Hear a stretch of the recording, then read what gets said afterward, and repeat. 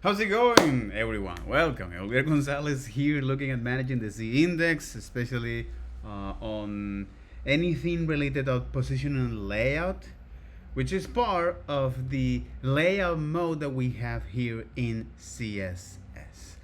All right. So this is a course again taught by Jos Gomeu, a software engineer that previously worked at Khan Academy and then to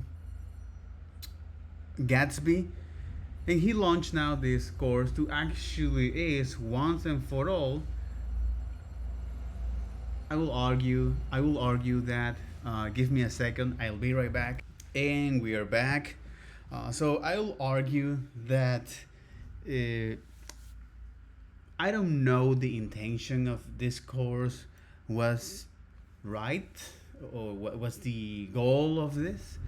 But I do, based on what I have learned so far, is that he wants to present things not from this educational perspective, but to actually understand what is the problem that now, for example, CSS and React actually aims to solve. And in the case of CSS, it's all about how do we now is represent the document on screens, any digital media, whether it's a screen or print, but using now this box model, right? I'm not going to dive deep into this because what is relevant for me in today's video is to explore at what the French toast is the stacking context and why do we even care about managing C index. So it all boils down to in CSS, because you can opt into several layout modes. The normal or the OG is the flow layout, and my understanding is the box model, the anatomy of that, and also how the width and the height is calculated, and how now the margin collapse, which is exclusively to the flow layout, and what is the flow layout is made of block, inline, and inline block. So anytime that you need to overlap elements or anytime that you need layering elements, now positioning absolute is the way to go. And here you can opt into several different positional layout modes, so relative, absolute, and as we dive deep into this, how important it is for us to understand what this thing called a stacking context is, which answer is this specific question. Hey, what happened anytime that you now opt into the positional layer, and if it is relative, absolute, fixed, or sticky, there are two things that happens. First, it set constraint to all of these children, and second, it enables you to use additional CSS property, top, right, bottom, and left. So with relative, actually things behave much like our intuition, like the flow layout, right? You can move things here, but everything is going to follow that normal flow. But when it comes to absolute positioning, here is when things get tricky, because there is a couple questions that where these elements is going to be rendered, and that is what is the default placement of this element, which is if you don't set any property, it's going to follow the normal flow, right? But if you opt into absolute positioning and then you modify, or you set the value of the where you're going to point or where this element we're going to be, then it's going to look up the closest containing block, aka the closest positional layout element, right?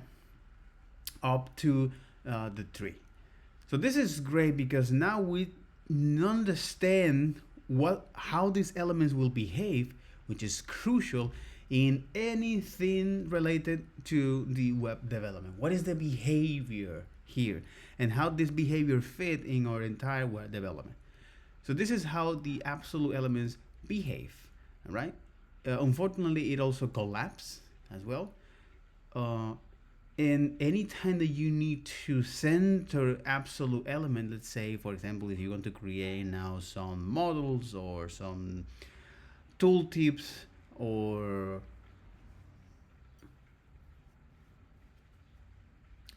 alert, any element that need to be rendered on top of that, on top of another, right?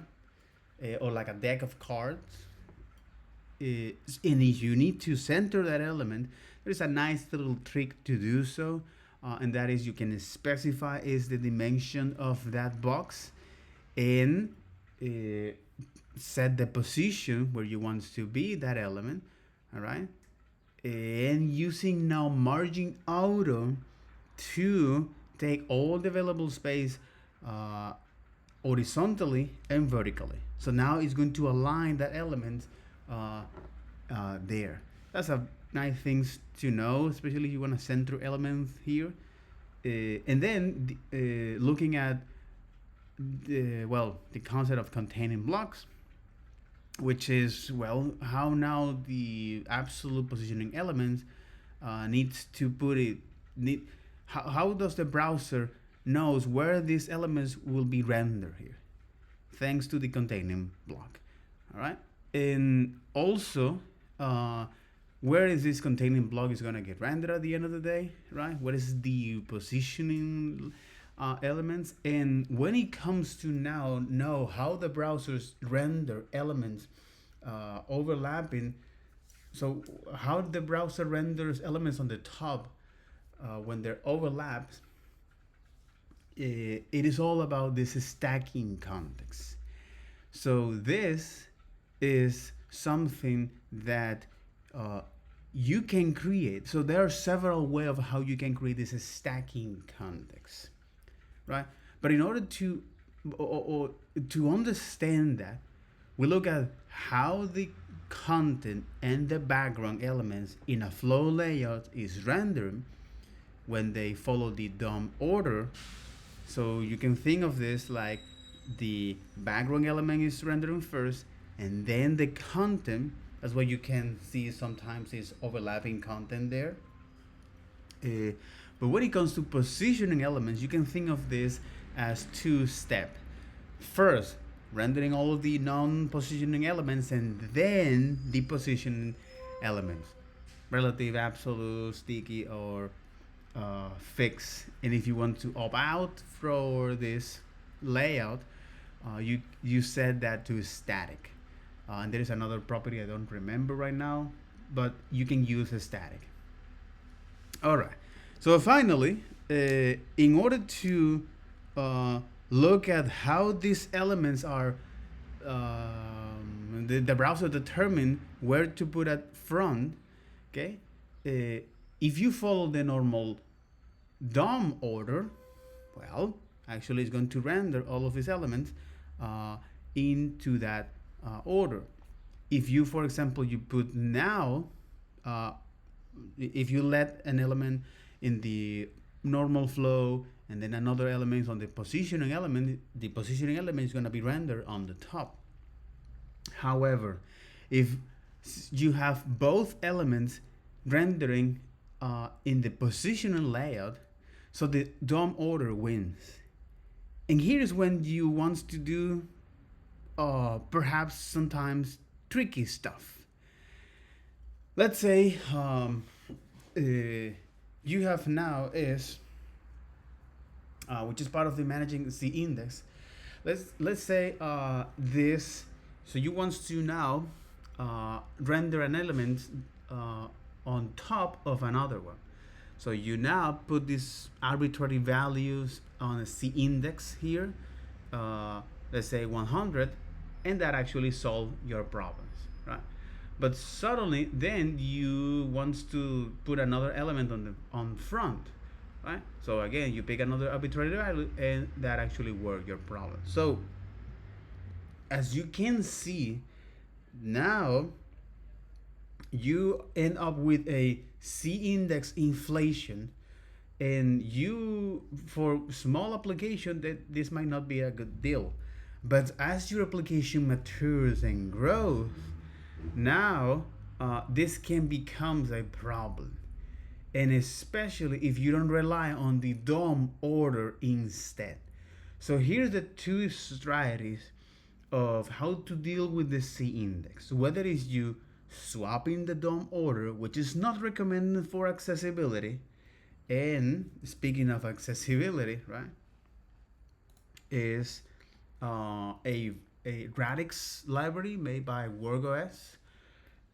When they are, I'm assuming that they are tired to build user interface over and over and over, and they just follow the WAI area authoring guidelines or authoring practice guide, right? Where here described is how all of these different UI elements look like. What is the common pattern of this? So you have the accordion, the alert and message dialog, breadcrumbs, and all of these very interesting UI elements, right? So this is great because now Radix follow this. For example, there's some of them like window splitter that they don't actually follow that. No area is better than bad area. Before using area, read to understand why. But you get the idea here, right? And I'm assuming that this actually doesn't work. It doesn't worth it. So the lemon doesn't worth squeeze. Yeah. It's like that. Develop example of window splitter design pattern. So you have a couple example here and how they're supposed to look like, right? And there are more advanced examples here, right?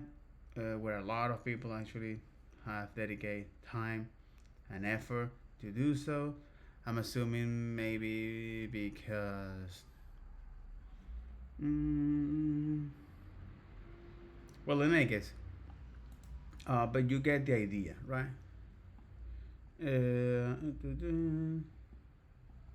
Yeah, there is another one, right? So for example, like this, you see, and not only to achieve this, but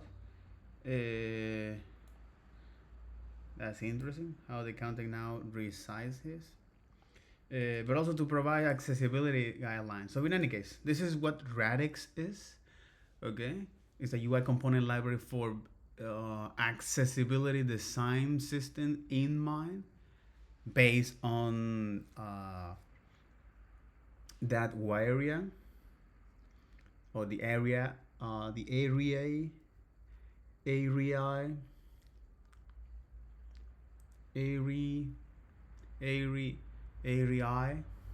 right?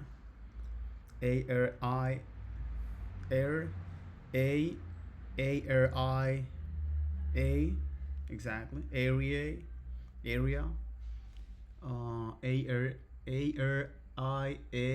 okay. That's interesting.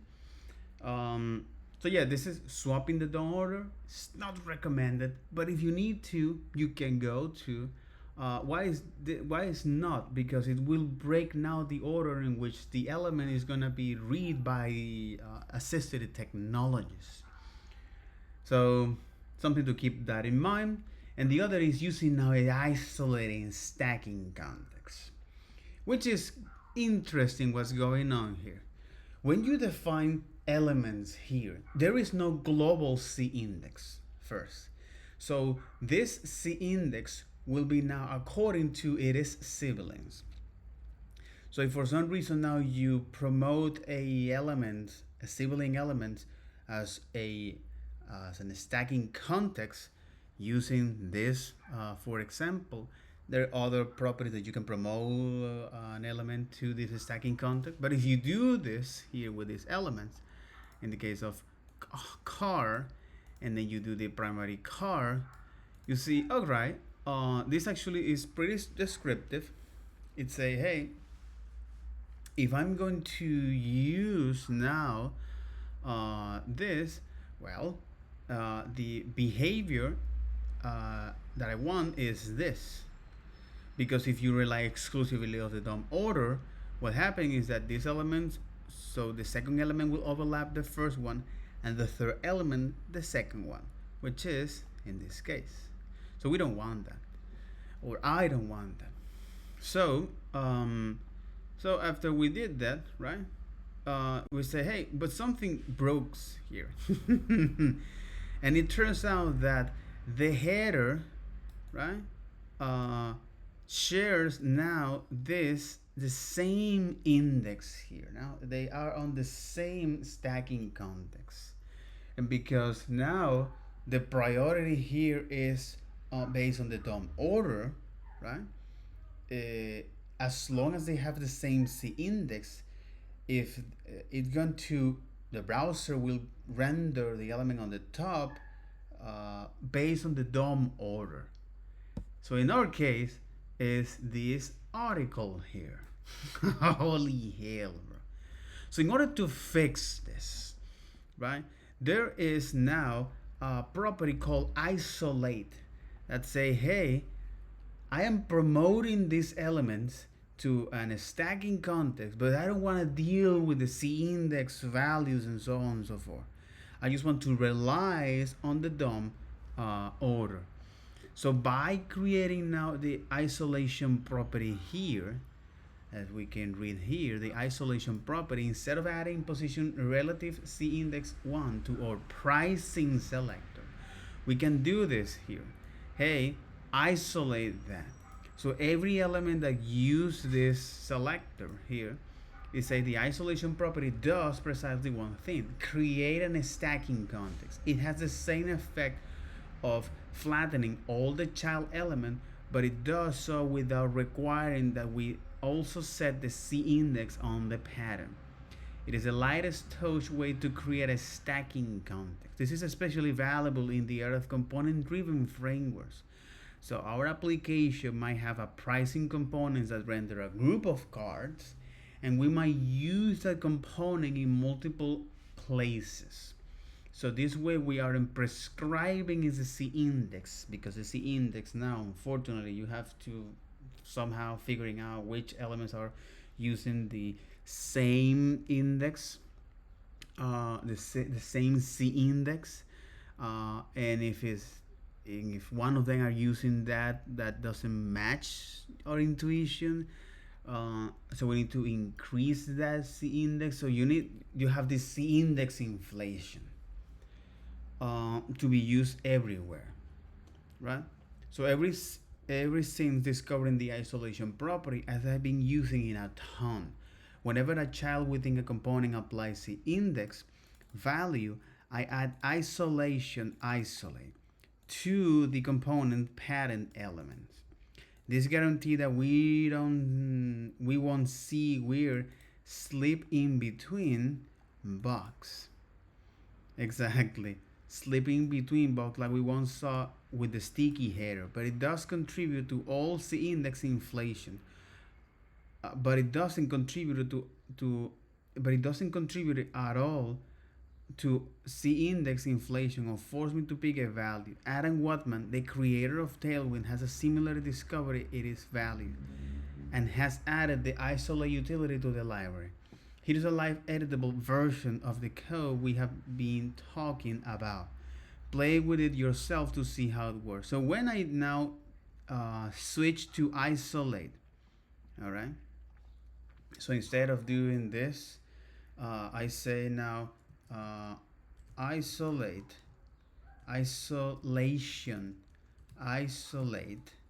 right, like this, right? And I'm not sure if you're actually render this, or if you are going to render this, right? If I do this, but it is based on the DOM order. So if, for example, if I put it here, right down here, right? And that's right. That's exactly what I thought. No, you're not. Okay.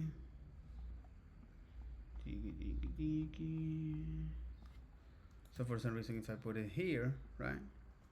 Oh my God, what the French stuff? And if I say, hey, now instead of using as the index, I want you to now is use the isolation isolate, right? And now it's going to create now a stacking context, but it's based on the DOM order, as you can see. You know, they are now are part of the same DOM order. How you can fix this? You can say, well, no problem. I can is perhaps, you know, do something like wrap this inside of a navigation. You say something like nav, for example, right? Diggy. And now this will work.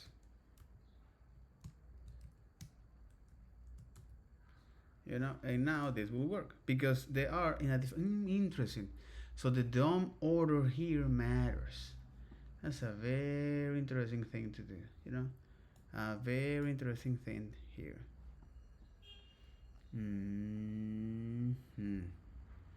That's a very interesting thing to understand here. Very, very, very interesting. Interesting. So the DOM order here matters.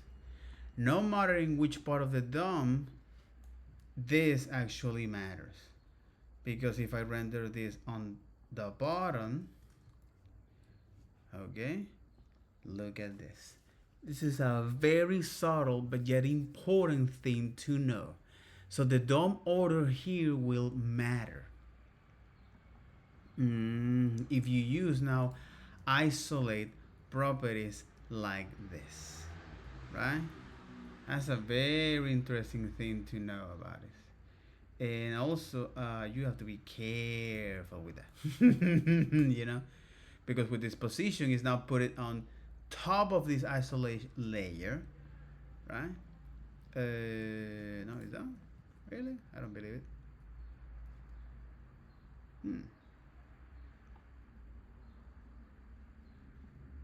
Okay.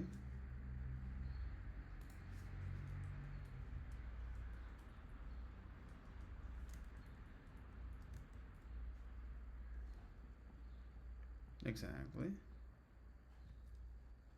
But if you say, hey, see index,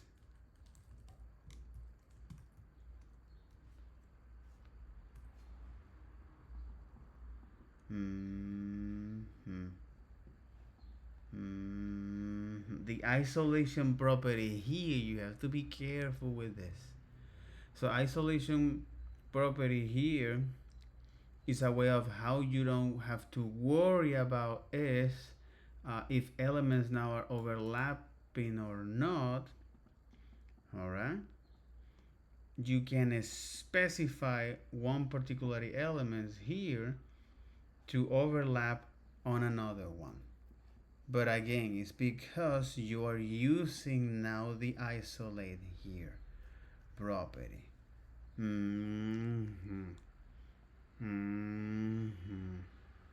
That's interesting.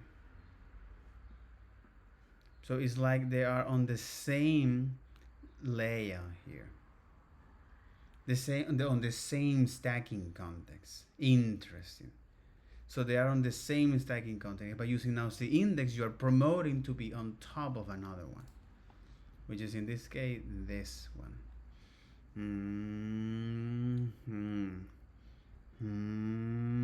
So you set now this pricing,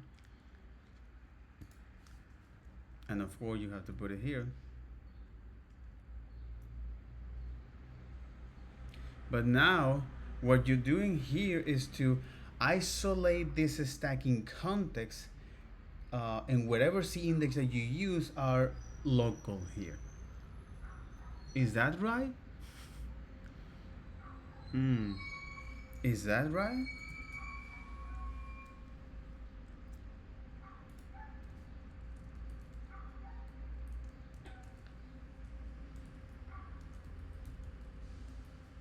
Exactly. Whenever I use isolation, isolation,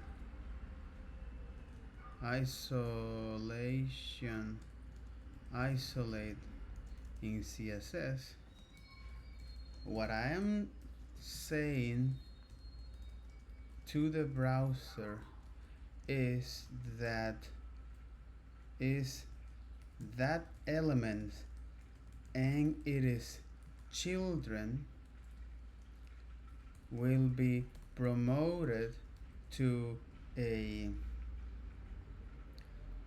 single to the same stacking context, and if one of their child needs to use C index,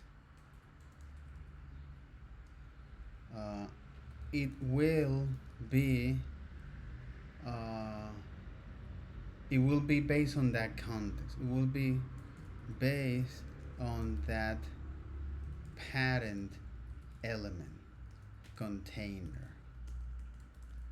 Mm-hmm. Okay. Mm-hmm. That might close the gap on this. But let me clarify isolate.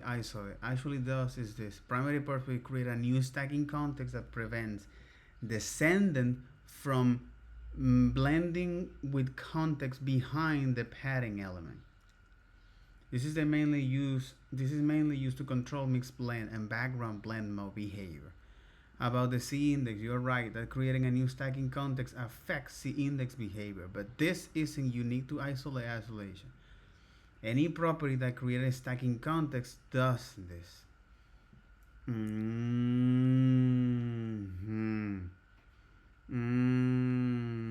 So any property that creates a stacking context does that, affecting the C index here.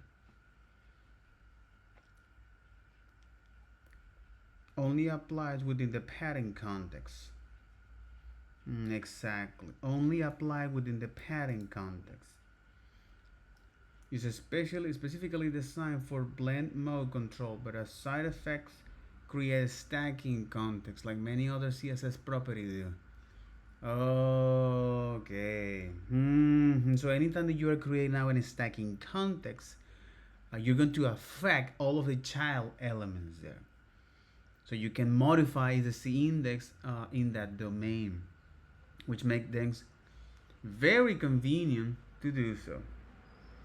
But it creates a new stacking content that prevents descendants from blending with content. Okay, prevent descendant from blending with content behind the padding element. Interesting.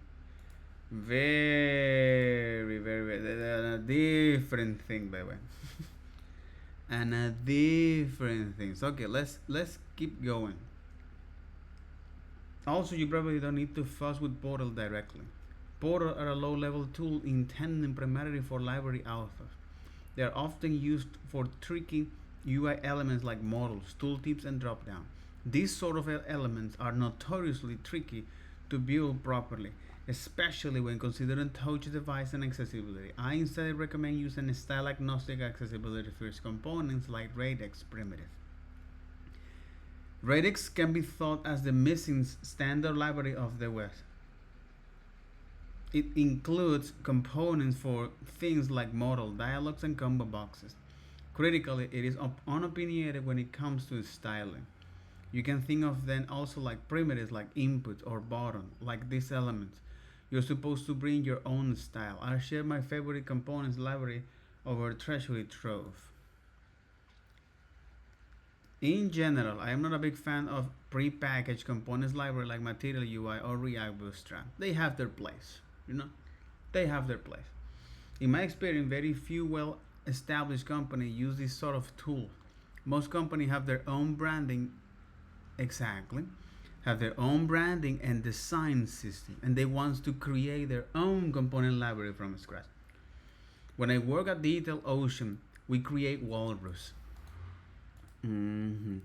When I work at Khan Academy, we create Wonder Blocks. Introduction, Walrus. Reimagine design systems with accessibility and mobile readiness at its core. Accessibility for all is critical. You can use Axe Pro tool, right? The ultimate digital accessibility testing solution. Mm-hmm.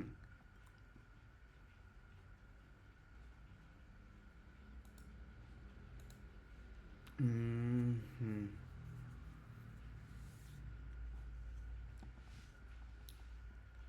A mobile first world class for mobile first experience.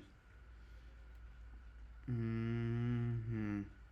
Exactly, because they create now their own, most companies, because they want, this is part of the branding. This is part of the branding. When I work at Khan Academy, we create Wonder Blocks.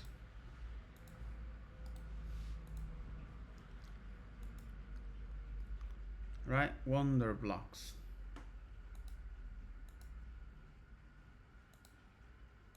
And I think this is hosted using Storybook. Exactly. Announcers.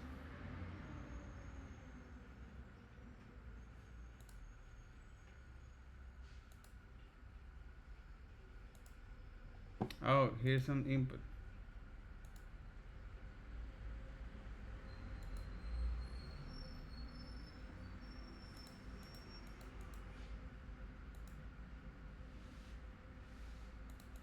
Exactly.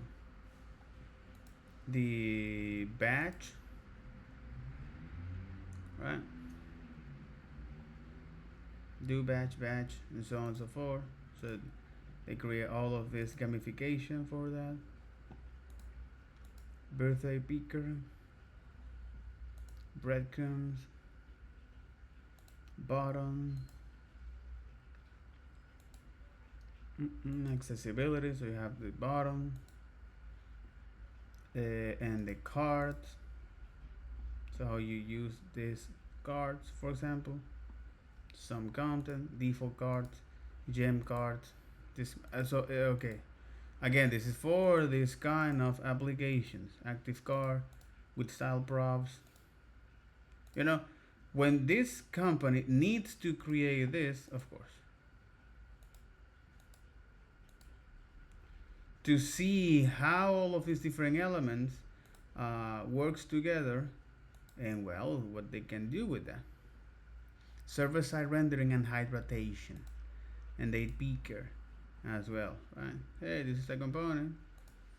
You know, there you got it. Drop down, form, icon button, icon, label and field, layout, link. You get the idea. Search field, default, label with disable, error, with validations, right? If you create a component library from scratch, however, you will need to reinvent a lot of wheel. The amazing thing about third-party component libraries is that they are battle tested and they solve a ton of tricky usability and accessibility problems. Fortunately, though, we can get the baby without the bath. We can get the baby without the bath water using an unstyled component library. This library includes all same sort of component as you find in the material UI, but without any built-in style, and they focus exclusively on functionality and usability. Cosmetically, they're blank canvas. Let's look at some of the best library I have found and how to use them. Radix Primitive is one of them. Builds itself as open source UI component library for building high quality accessibility design system and web apps. It is focused on providing an accessibility set of low level components. I'm really impressed with the breadth of component available in this library. It includes some really handy utility thing I haven't seen anywhere.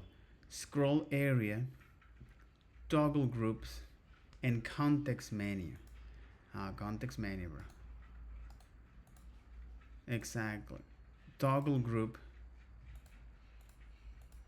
right? And scroll area.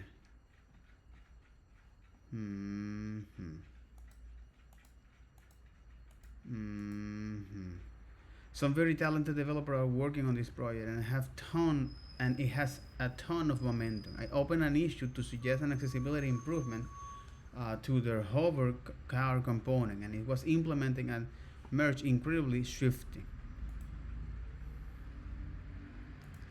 Holy moly. Okay. Uh, this is my go-to library at the moment. Headless US UI. It's a set of complete on-style, fully accessible UI components designed to integrate beautifully with Tailwind CSS. React Aria is also an accessibility-focused package for React. It is developed by Adobe. React Aria. It is developed by Adobe. Okay. Okay.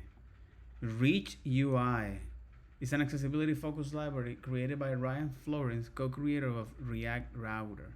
It offers low-level primitives for things like modal, tooltip, skip nav, and combo boxes. Unfortunately, Reach UI is not actively maintained anymore. As a result, I no longer recommend using this library. Mixing and matching. Each of these libraries offers something special. Which should you use? I don't think you have to choose. You can definitely pick your favorite component hook from each package. You might think that this will bloat your JS bundle, but fortunately all of these libraries use modular approach. You don't install all Reach UI, you install the Reach UI dialog component, and so on and so forth. You only pay the cost of the component you need, so it doesn't need to make a huge difference whether you use 10 components all from one library or 10 components split across multiple libraries. And some recommendation of why you don't need a UI framework. Oh, Smashing magazines? That's interesting. Educator, amateur, pianist, and cat person.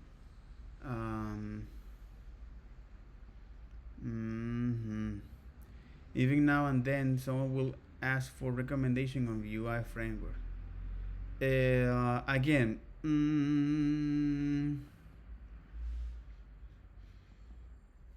yeah, anything that go beyond that, you know, anything that go beyond that, accessibility and accessibility. Yeah, anything that go beyond that. Familiarity. First, Daniel Schmutzwit pointing out that industry standard tools like Bootstrap have one big advantage: familiarity. It is easy to onboard new developers and designers when using tools that are widely available. New teams don't have to spend a lot of time learning the ins and outs of custom frameworks. I don't have much agency work, so it is hard for me to say. I've spent most of my career working for product companies. None of the places I have worked for have ever used a third-party UI framework. We always build something in-house. And exactly. Internal tools. I think that it can make sense to use a UI framework when building internal tools or other non-for-public consumption. And what about tables in Chakra? Okay, so again, it's describing is this. Develop a design intuition. If you're lucky, we may have given 3 screen size and you steal, right? You steal most of the time is this.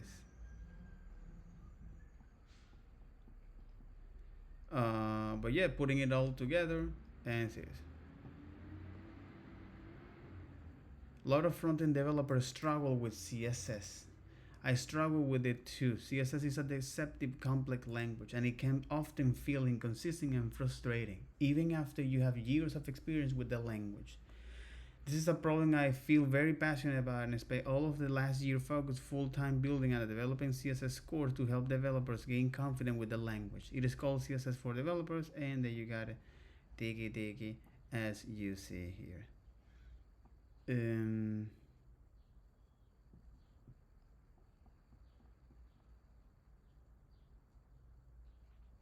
exactly. Will always requires modification and customization. Yeah, that's interesting. That's great. But again, this is this is this is based on uh, well, on the experience of that's quite interesting. I don't think if this actually is meant to be designed to, right? Radix primitive because of this kind of component that they're using. But in any case, I do think that this is quite compelling in order to understand now how to manage this C index, and then finally to the fixed position layer here, right? So fixed position is a close cousin, all right?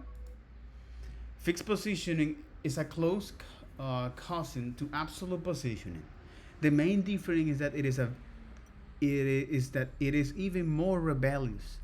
It can only be contained by the viewport. It doesn't care about containing block. That's interesting. The main advantage of the fixed position element is that they are immune to scrolling. Mm-hmm. So they are contained by the viewport. Okay. Mm-hmm. For example, here's a help button that sticks in the bottom right corner regardless of the scroll position. So when you scroll in the result pane, the button doesn't budge.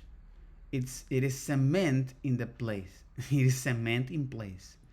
In many ways, fix can be thought of as spicy absolute. It is very similar in principle. It is taken out of the flow and positioning according to some sort of pattern boundary. But the boundary it uses is different. Instead of the closest non-static ancestor, it listens to the initial containing block, or to the initial containing block, which is the box side of the viewport. It's a part of the website that is currently visible. It is similar to the window. I said the term window can also include the browser UI, the address bar, the tabs here. But it's the visible part of the document. Many of the tips and tricks we learn for absolute positioning will work here as well. For example, a fixed element can be centering on the screen using the same body trick. All right, just like the absolute positioning.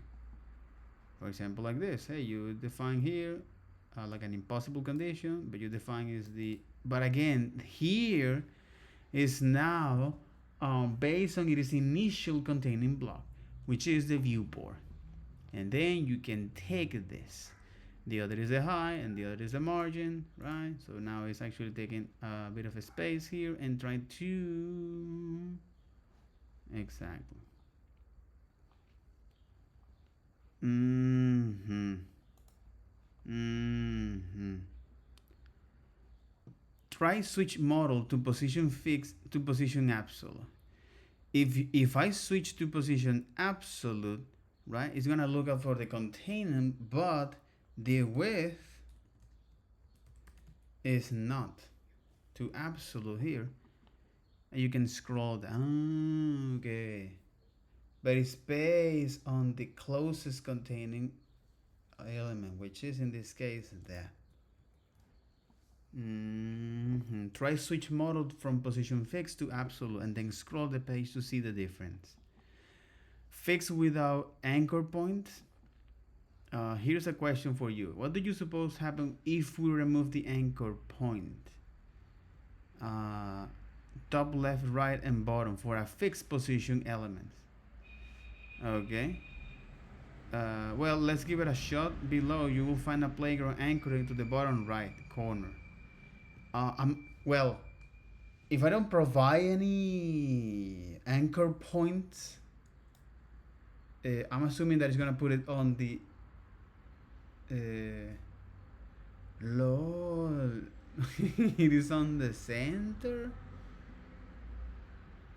Here's what you should see.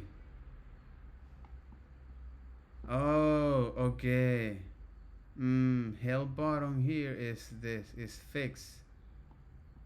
Exactly, it's gonna put it on the, uh, they sit in the inflow position, aka on 0 to 0. If this element was in position fixed, it will sit on the top left corner of its pattern wrapper. This behavior is consistent with absolute positioning. Amazingly, though, fixed positions still work when scroll the result pane. The box stayed locked in place. This is mostly a curiosity, but it can be useful in certain situations where we want to inherit an inflow position while still remaining fixed in that place. Incompatibility with certain CSS properties. I am not really fixed. Here's what's happening here. By applying a transform to a container, it becomes a containing block for this fixed position child. As a result, it functions like an absolute positioning fix, right? The same thing happens when we use filter CSS, as we will change property here.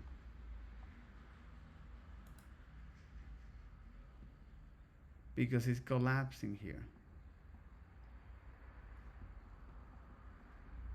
Eric Mayer blocks.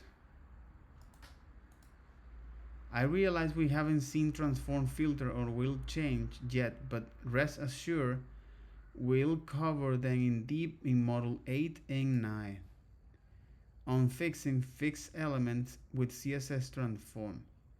14 years ago. God damn. Holy hell, nigga.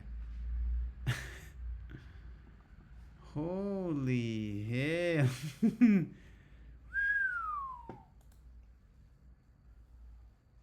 Targeting by reference in the shadow tone. God damn it. Custom aside note.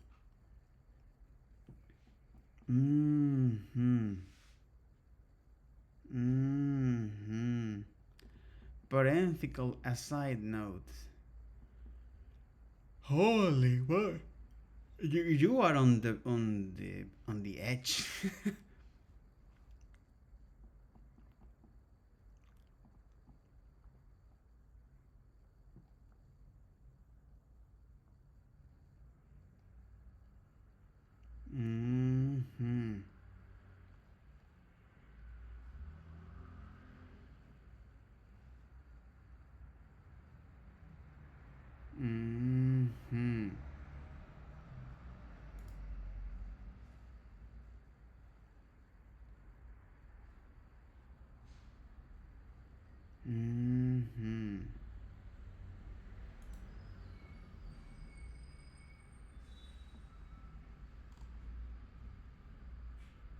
Design issue for web-based teaching material.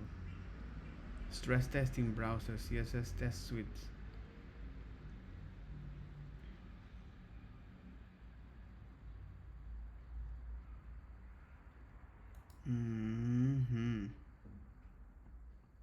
Eric A. Mayer, Netscape Communications. Holy fuck.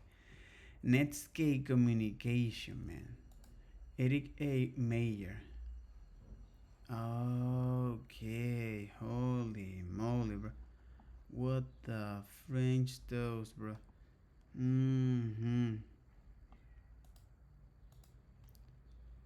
Holy fuck. Oh my god, okay. Holy shit. In 2001, he joined Netscape as an internet application manager and remained with the company until 2003.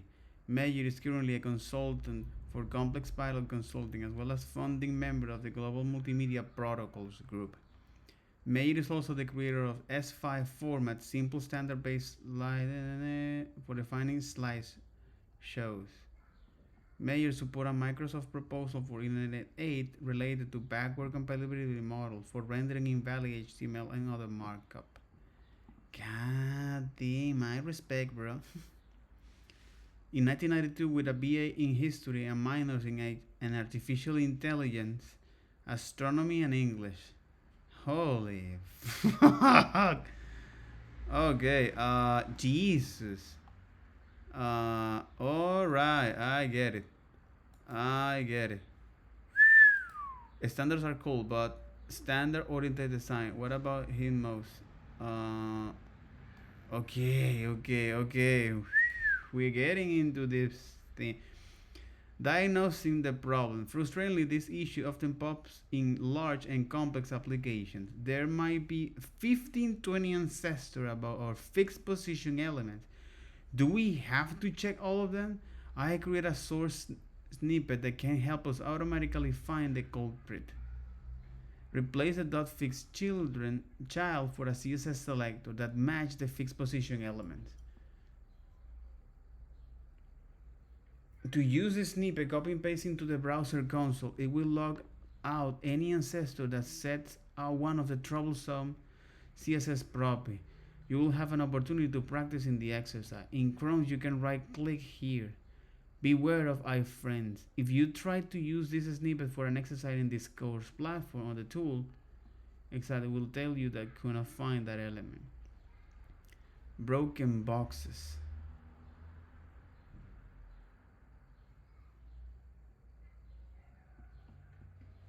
And access to code pen. Okay, that'll be all for this video. Take care. Bye bye.